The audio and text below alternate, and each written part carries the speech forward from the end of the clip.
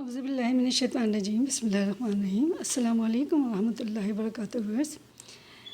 आइए चलते हैं, आज हम आलू के और पालक के पकौड़े बनाते हैं। चलें देखें हम किस तरह से बनाते हैं।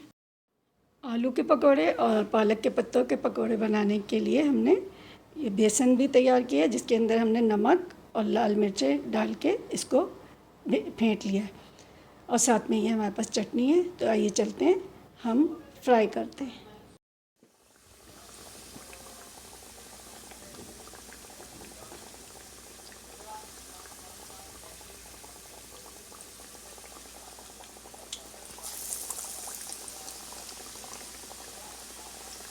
आलू फ्राई हो रहे हैं।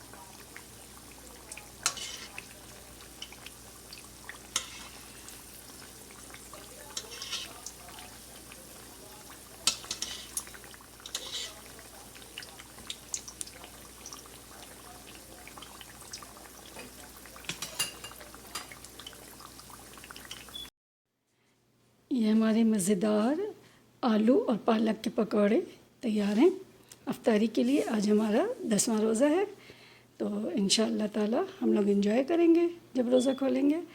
इसके साथ ही आप समीना को इजाज़त दें, इंशाअल्लाह फिर किसी नई रेसिपी के साथ। अल्लाह हाफ़िज़।